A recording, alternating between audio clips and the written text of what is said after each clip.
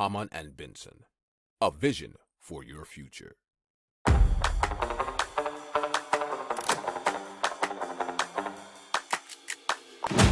Économie, tech et innovation, hydrogène, énergie. Le journal des stratèges. Présenté par Boris Kalt. Bonjour à tous et bienvenue dans le journal des stratèges consacré aujourd'hui à l'économie. On va parler de la BCE qui met fin au plan de sauvegarde des économies européennes. On va parler d'inflation dans la zone euro. On va aussi vous parler d'inflation aux États-Unis et d'une hausse des prix de l'alimentaire à prévoir. Vous écoutez le journal des stratèges numéro 233 et ça commence tout de suite. Hamann and Benson. Le journal des stratèges. Et donc la Banque Centrale Européenne qui a décidé d'accélérer le retrait progressif de ses rachats de dettes tout en se laissant le temps d'agir sur les taux. Il faut savoir que donc les achats nets mensuels de dettes privées et publiques s'élèveront donc à 40 milliards d'euros en avril, à 30 milliards d'euros en mai et 20 milliards d'euros en juin, selon un communiqué de la Banque Centrale Européenne relayé par le Figaro.fr. Alors, le Conseil des gouverneurs a décidé qu'il conclurait les achats nets au troisième trimestre si les perspectives d'inflation à moyen terme ne s'affaiblissent pas. Alors, ils ont aussi acté la fin, après le mois de mars, du programme d'urgence de 1850 milliards d'euros d'achat de dettes lancé en 2020 pour contrer la récession provoquée par la pandémie, c'est le PEPP.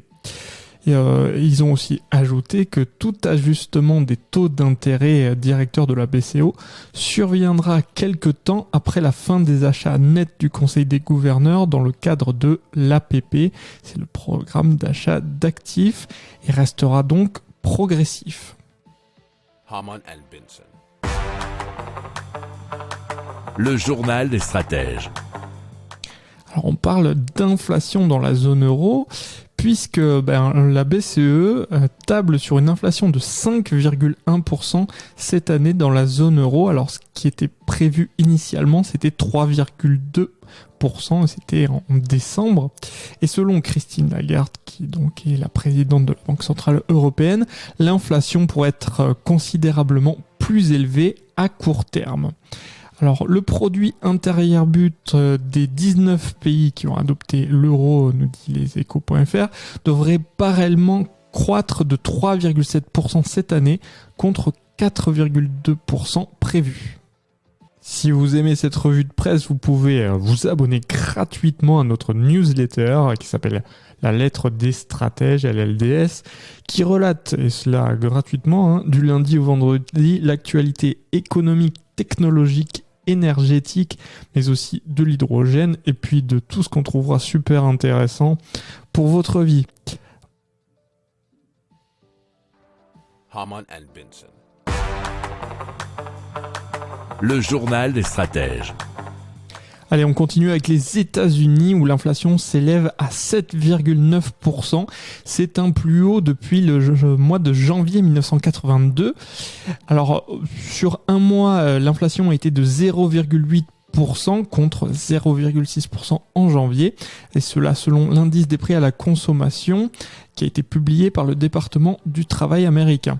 Alors, les prix de l'essence comptent pour presque le tiers de cette accélération et bondissent de 6,6% par rapport au mois de janvier. Alors, les prix qui ont aussi augmenté le mois dernier aux États-Unis, c'est l'alimentation, plus 1%, et notamment dans les magasins, plus 1,4%. Alors, à savoir, il y a eu aussi une petite baisse, puisque les prix des voitures d'occasion, on en a déjà parlé, ont augmenté de 41,2% depuis février 2021, mais sur un mois, on connu une petite baisse à moins 0,2%, peut-être à cause de l'augmentation du prix de l'essence, et c'est un article de bfmtv.com. Si vous aimez cette revue de presse, vous pouvez vous abonner gratuitement à notre newsletter qui s'appelle La lettre des stratèges, LLDS, qui relate, et cela gratuitement, du lundi au vendredi, l'actualité économique, technologique, énergétique, mais aussi de l'hydrogène, et puis de tout ce qu'on trouvera super intéressant pour votre vie. Hamann and Benson. Le journal des stratèges.